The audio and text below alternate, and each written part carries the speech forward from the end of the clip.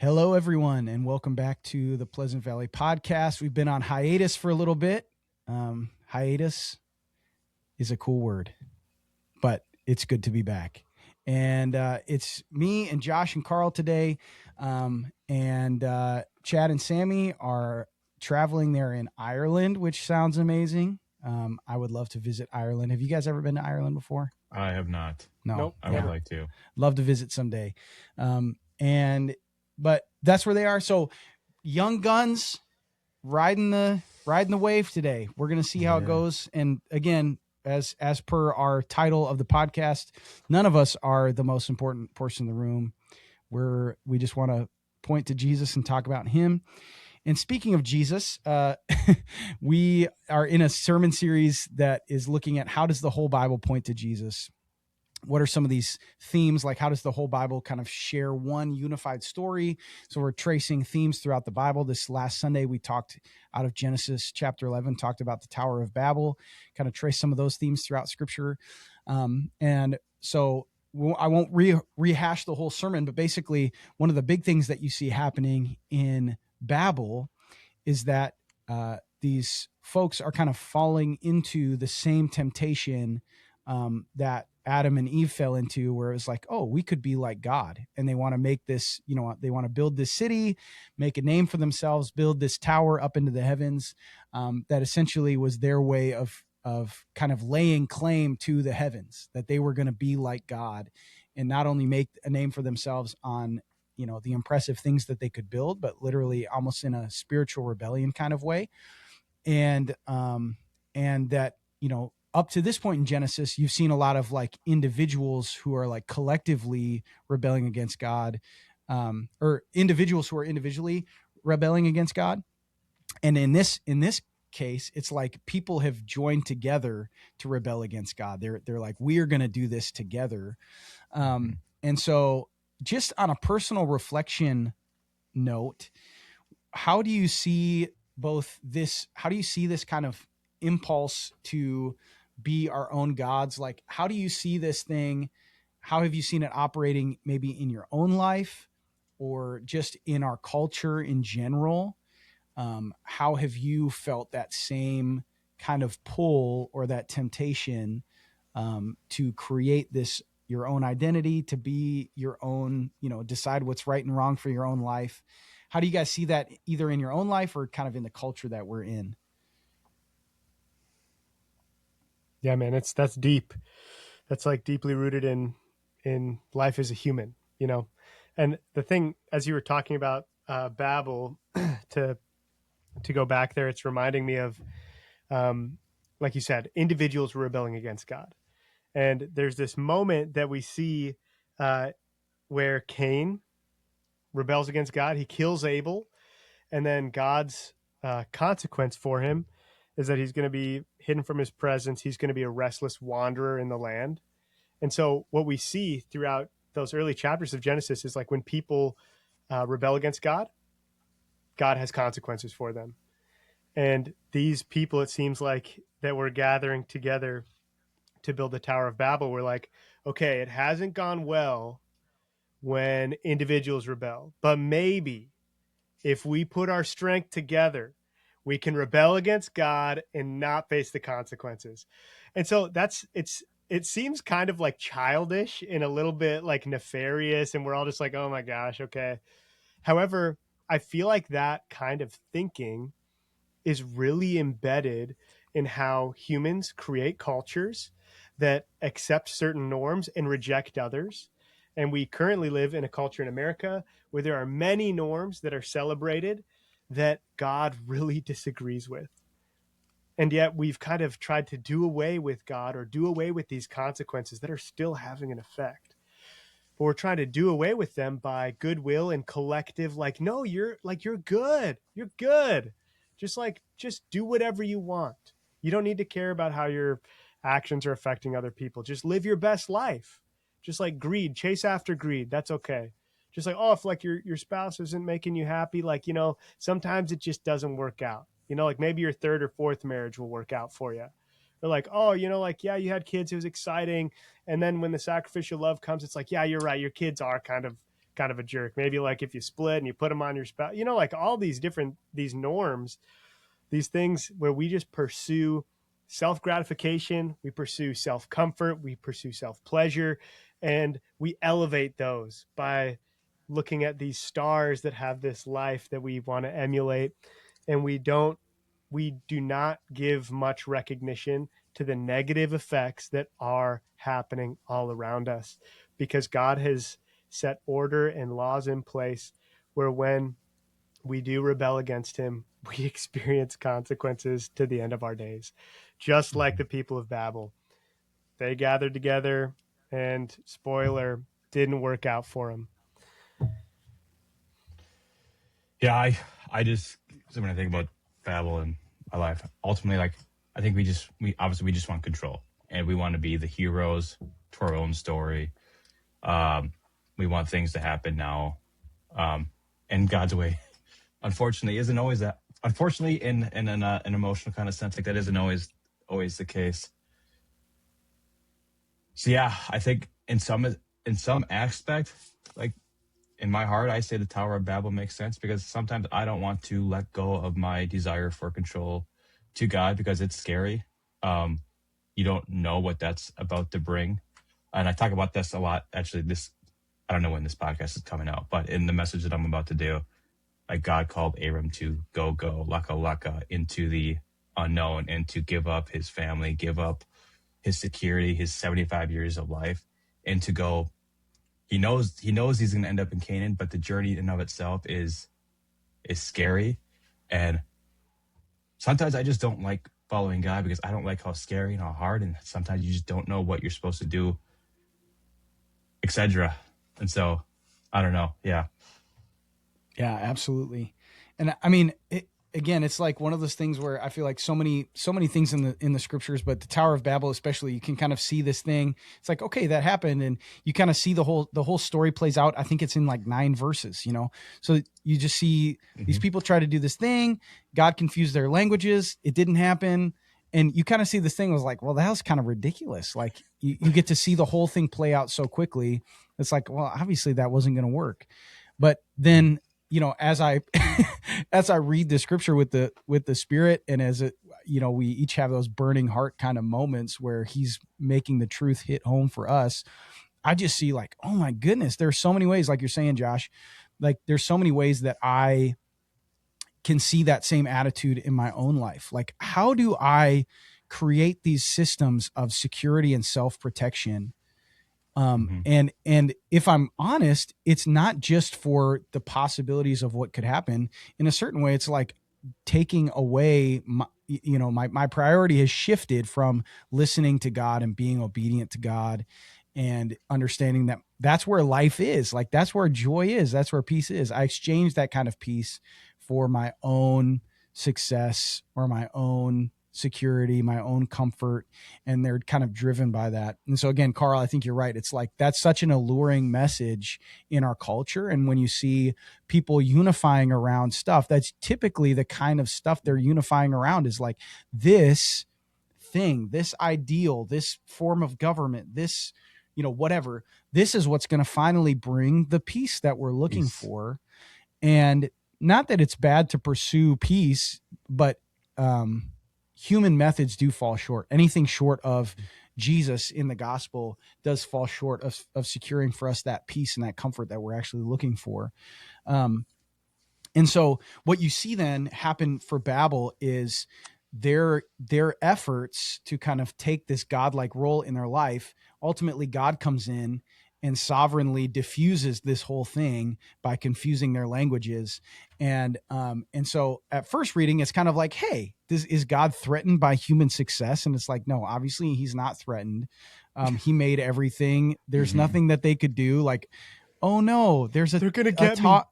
A tower, it's like he's not actually threatened, but he is restraining their, like he puts a limit on how far he'll let them go. Right. And he says if they all share the same language, nothing will be impossible for them. And it's kind of like there's no limit to how much evil they could do to one another. And when human beings are the center of your vision for what goodness is and what should be great. And so anyway, the dynamic I want us to take another step in thinking about then is, have you guys, or how have you seen in your own life ways where you feel like God has sovereignly stepped in and kind of upset your sense of security, or these places of, potentially idolatry, or, kind of being your own God? Where are places where you've seen God step in and kind of, mess with your life? Man, in so many areas. I can easily point to when I gave my life to Jesus in college. I feel like that was a big one, but there have been many moments since then. I think that the process of following the Lord, he will continue to sanctify us. He will continue to give us greater revelation of himself, but also give us greater revelation of ourselves and the ways that we have built our life not on him. And I'm sometimes frustrated by the idols that I find in my life as I go, and I think that I find them, but God's illuminating them. But I'm also grateful looking back that God would do that, that he would allow us to be formed into the image of his son in that way. One big one for me is I kind of have been having a midlife crisis at the end of my 20s and the beginning of my 30s. And so if that is accurate, that means I've only got about 30 years left. But I've been having this crisis wondering, like, what am I going to make of my life? And I've had a lot of friends who've graduated around the same time as me, some following the Lord, some not. And they've reached big measures of success when it comes to career or finances specifically. And I find that in a very fleshy way, or sinful flesh way, very attractive.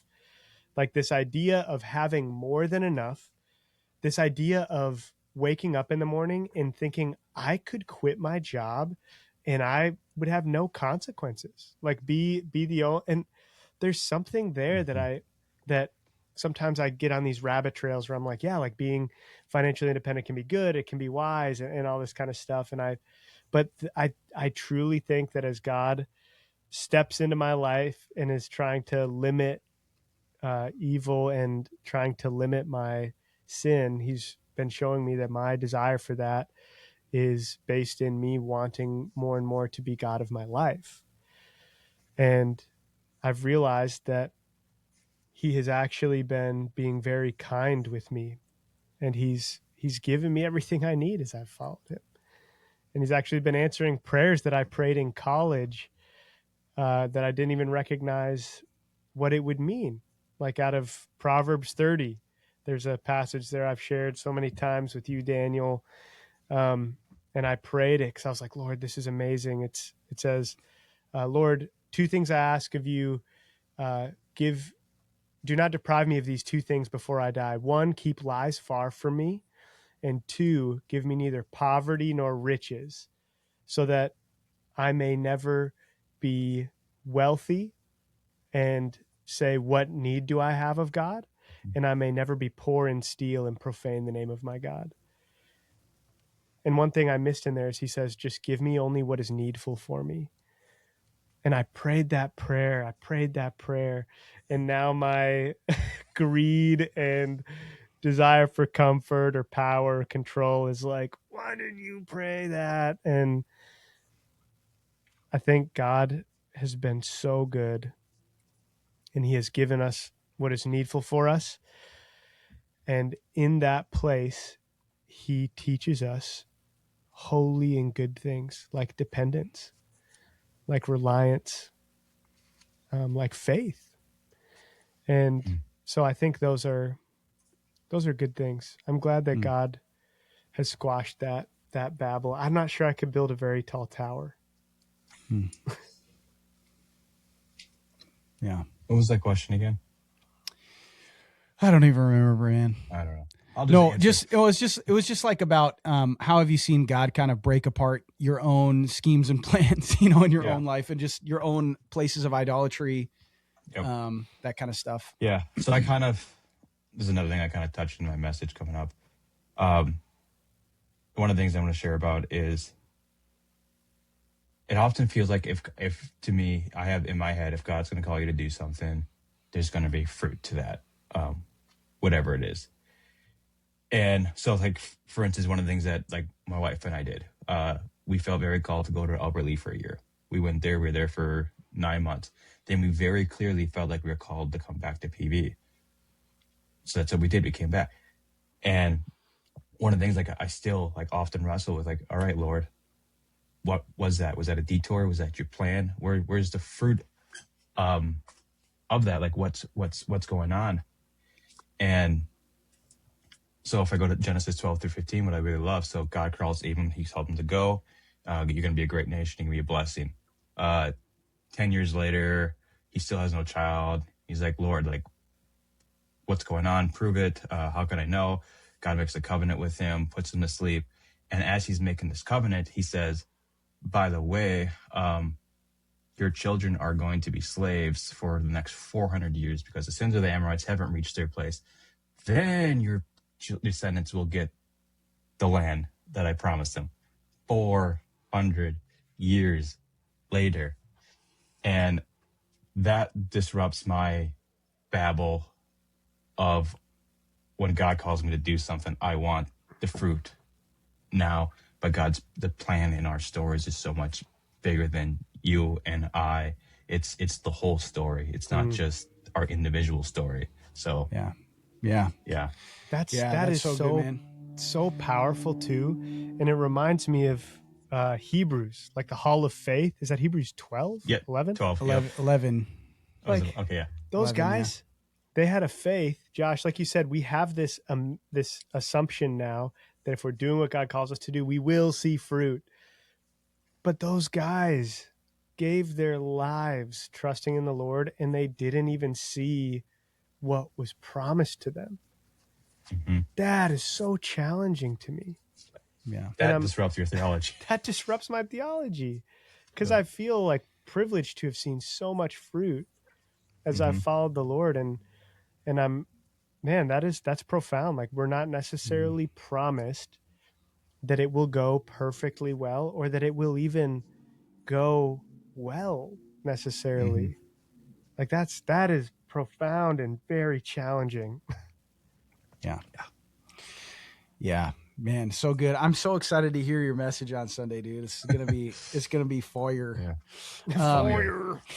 But like with what you're saying too, it is like I've gone through many seasons, and one really poignant one in particular where a lot of stuff was just crashing down on me, and it is like my theology was kind of crashing down because I was recognizing that I had seen God as a means to an end, that He was what was going to get me to what I wanted, which for me was basically just a comfortable life, and that God was going to maintain that comfortable life for me.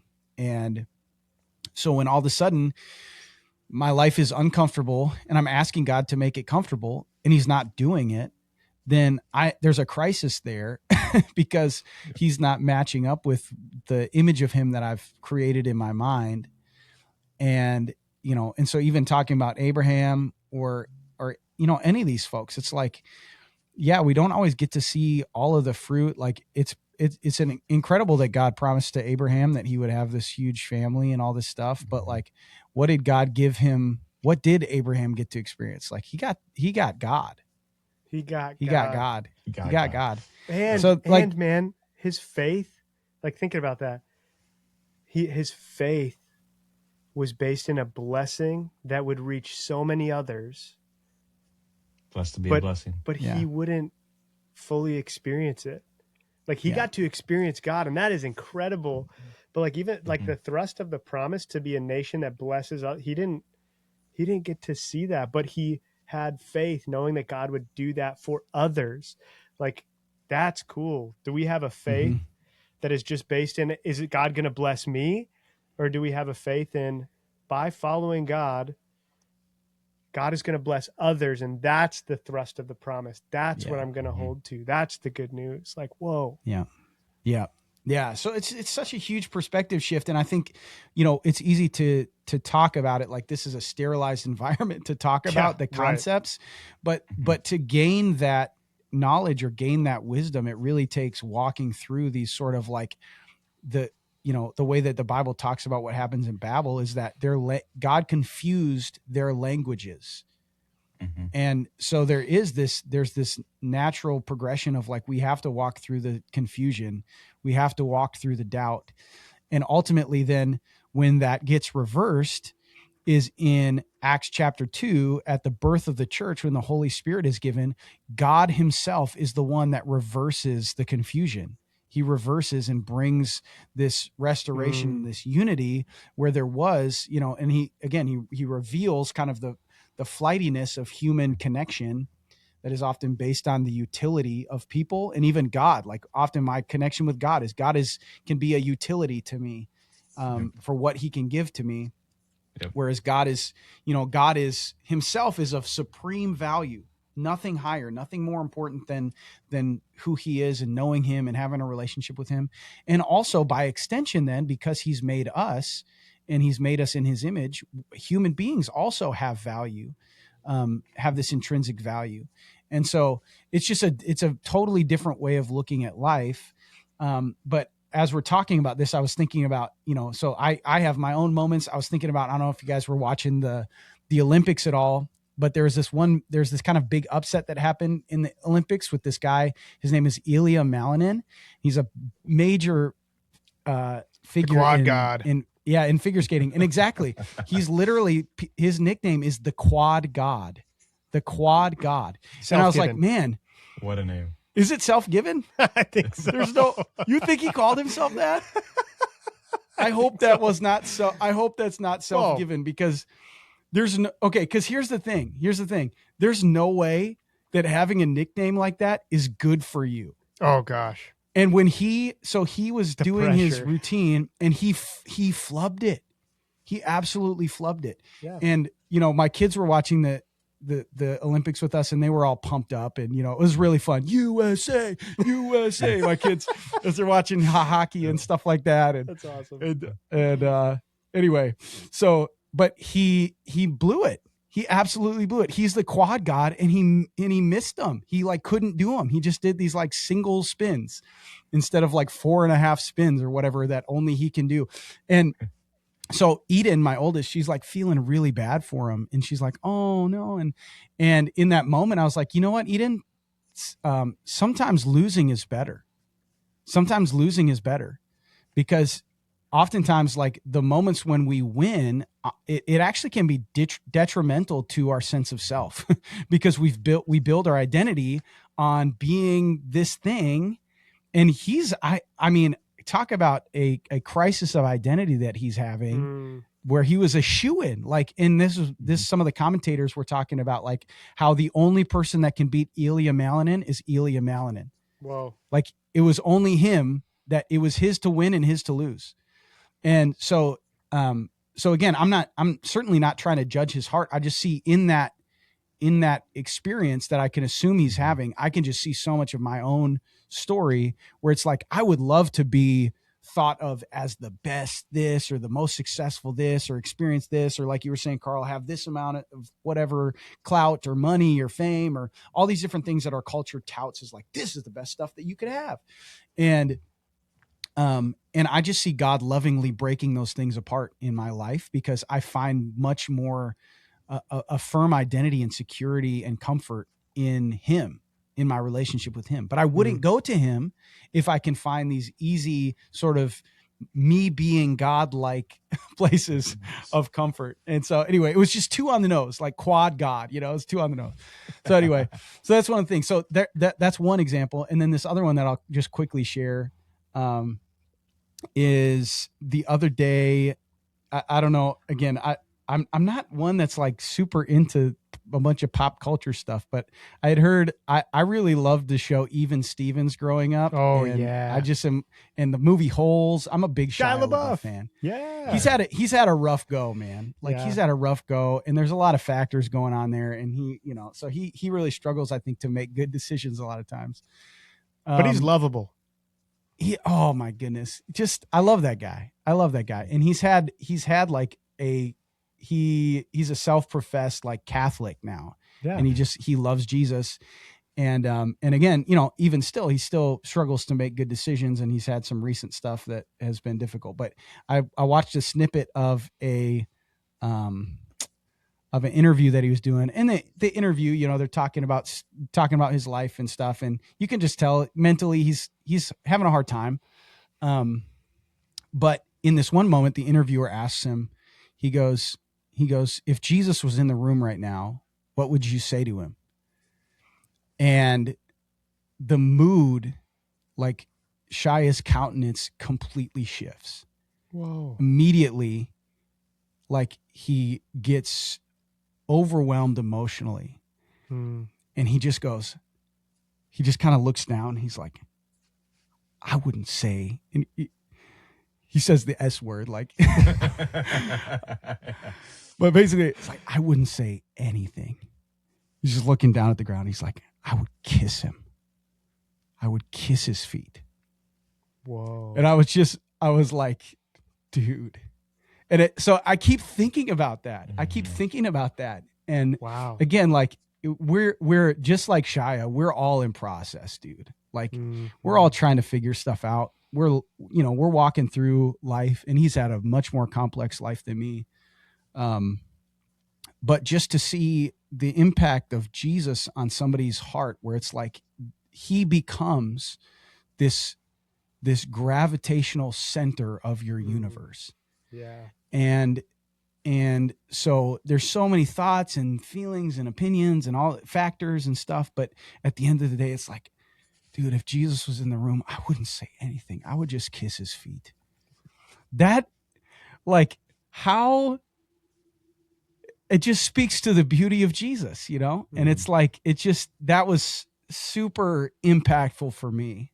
And it made me, you know, it just caused some self-reflection on my part, because I wonder if I was asked that question in an interview, what my response would be.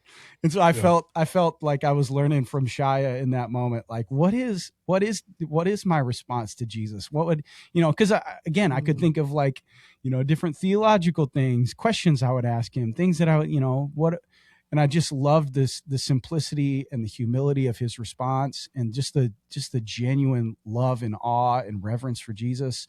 And I was like, man, that's it. Like that's the posture. And so anyway, the reason I bring that up is because the reality is what we see through scripture. So we have Babel, this collective kind of rebellion against God. And then we see Babel kind of become Babylon. And that theme is traced all throughout scripture all the way to the end of Revelation, when Babylon is finally like overthrown and cast down and God brings judgment. But Babylon is it's personified in Revelation as a prostitute who kind of offers this alluring luxury and wealth, and, you know, all the stuff that honestly, like, our culture props up as like, these are the best things: wealth, fame, luxury, comfort. These are all the stuff that's Babylon stuff. So we still live right now. We live in the middle of that kind of a system. Like it's not everything that's happening is bad, but that's the system that we live in. And there can still be righteousness and evil that are happening at the same time. But the system that we live in is a Babylon kind of system that really, that's what the culture props up, and that's what people tend to organize around. Yeah. And so how do we live in that kind of a reality? How do we stay faithful to Jesus? And what does it look like?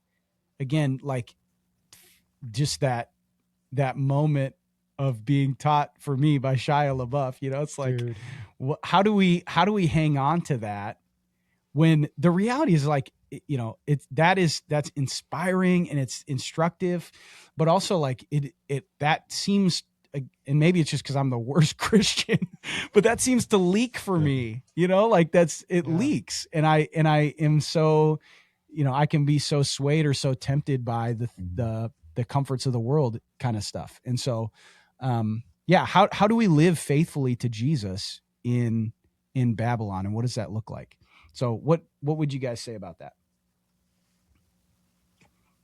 This isn't a clean answer, but to me, it looks like shooing away the birds. And what I mean, so Genesis 15, Abram has his journey. He's tired. He's waiting for God. He's like, God, how can I know that this plan is going to happen? I've spent the last 10 years following you. Don't have any kids. Like, what the heck? How can I know? God says, hey, let's make a covenant. Abram makes a covenant. And then he's waiting again. And he's waiting so long. He's got to, birds, get out of here. Get out of this, my sacrifice. Get out of, like, this is for the Lord now. Where is he? And that's not a good answer. That's not an answer that gives you hope. But for me, it's like, I just have to be stuck being okay, knowing that I'm just going to be shooing away birds sometimes when I make the sacrifice, and the Lord's going to show up when the Lord's going to show up. Yeah. In Abram's case, the Lord showed up after he put Abram to sleep in his darkest moment. And maybe that's when the Lord's going to show up for me. I don't know, but I just have the confidence that I just have to know I just have to shoo away birds. Like, I have to lay my sacrifice and hope for the best. Yeah. I don't have a clean answer either, Josh. I don't know if it's personality or what, but there's something going on in the back of my mind where I'm always trying to think about how can I get into this like perfect rhythm where everything is just good all the time. Where like Systems in place. how can I optimize physical health, mental health, all this spiritual health? How can I like stay in that sweet spot in the like at my best? I can't. There's so many factors, and when I reach the end of myself, and I'm usually reminded by scripture that there's a greater reality happening, and that is that Jesus is shepherding me, and he's shepherding us. And I love that he is an expert in bringing us to this soft and humble place because of the birds, because of other humans, because of stresses and all these other things, even good intentions, we feel this need to defend ourselves. I feel that this need to protect, to like hash out my safe whatever. And Jesus is just, he seems like he's the only one who's faithful and able to bring us consistently back to this really soft-hearted place. Just like, man, Daniel, when you brought up that Shia LaBeouf interview, it like cut like a hot knife through butter right to the center of my soul. There's just something about that response.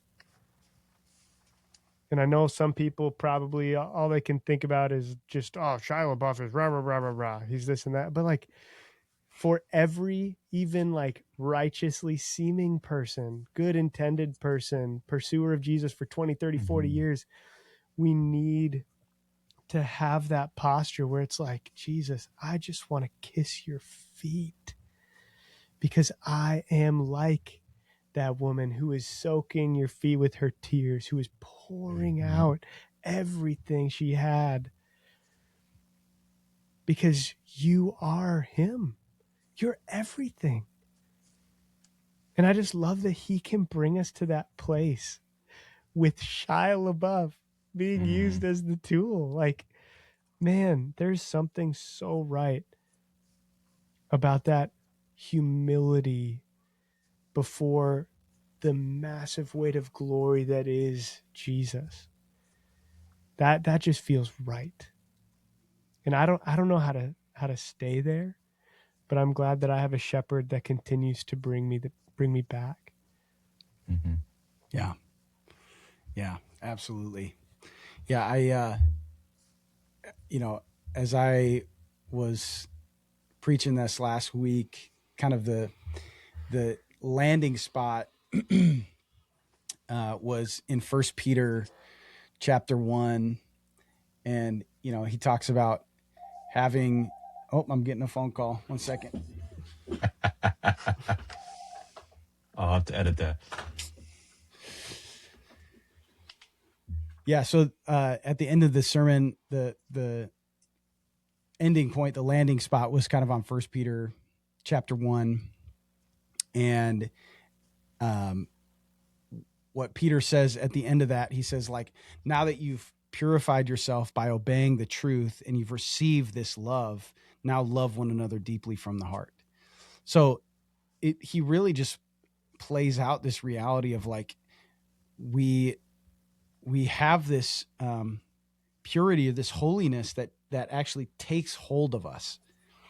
And it comes by obeying the truth, or like giving our lives to Jesus. Like, and so all of a sudden this new reality, it takes hold of us. And I think that's why, again, for me, probably for all of us, as you hear about somebody who's just having this, like, who just has this deep and genuine love for Jesus, even though, again, he's not necessarily an example to follow in all areas of his life, but there's this reality of he is a vessel of grace. He's a recipient of grace. And that's what all of us are, right? Like none of us are the perfect example to follow. And we all have areas that are messy in our lives.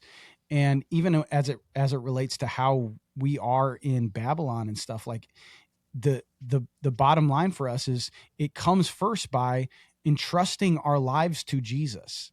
That's the starting place, is I just entrust my life to Jesus. He gives me this love. And then because of that, because of his love for me, I then have this ability to actually love other people deeply from the heart, like to be possessed by love. And I want to read this quote again that I ended. Sorry, I got to move because it's on my screen behind my computer. But this is the Dallas Willard quote. He says, our aim under love is not to be loving to this or that person in this or that kind of situation, but to be a person possessed by love as an overall character of life, whatever is or is not going on. I do not come to my enemy and then try to love them. I come to them as a loving person. So it's like this inner transformation that happens, that I am becoming more the image of God, as God created me to be. I'm becoming that. And again, the bottom line for me, I think the kind of a landing place is also, very, very well-known Psalm 23. The Lord is my shepherd. There's nothing that I lack. Yep. I have all that I need. And he makes me to lay down in green pastures. He leads me beside the quiet waters. He also leads me through the valley of the shadow of death, so that I would know his rod and his staff that comfort me. I experience his comfort in the midst of difficulties, and then he prepares this table before me in the presence of my enemies. So he's like showing me his goodness and his blessing, even when I'm surrounded, even when things are hard. And then it brings me to this place of confidence. Surely goodness and faithful love will follow me. It's going to chase me down all the days of my life. And so all of a sudden, all of the things that Babylon offers, it's like, I don't need that.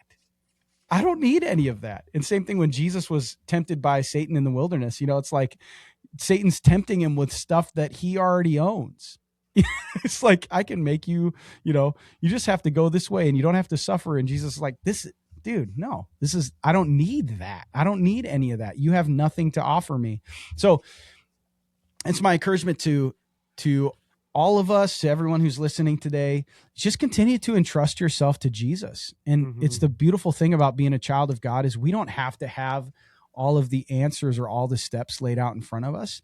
I think Jesus has been really faithful, though. And as you think about, what might your response be to, some of the things that we've been talking about today? Maybe he's been stirring some things on your heart, and bringing some specific things to mind. And we don't have to have the whole plan mapped out for us. But most of the time we are pretty confident on what the next step is that Jesus has given us. It's just scary to take that next step because it's a faith step. And we're going to hear about that from Josh next week in his fire message about trusting the Lord and taking steps of faith, walking out from your known homeland into a place you don't know, because it's the promised land. So, no, but it's good. So just take that next step with Jesus. Entrust yourself again to him today. And I think it is for most of us. It's just a daily decision where we have, and again, whether it's Babylon type stuff or it's just difficulties that we're going through in life, anything that would kind of tempt or distract us away from Jesus being that center point of our life, where it's like, man, I just want to be in his presence. I just want to kiss his feet. If anything that would pull us away from that attitude, just entrust yourself again to him and just say, Jesus, I know all the stuff that I want, but I want you more than anything else. Mm-hmm. Or I want you more than anything else. So take that as some encouragement for you today. That'll conclude our episode today. We'll leave it there. Thanks for taking a little time with us whenever you had some time to listen to this. It's a privilege to be a part of a church together with you. If you're part of our local church, if you're not part of a local church, find a good one and get involved. But we love you much, and thanks for joining us on He's the Most Important Person in the Room. Bye. Amen.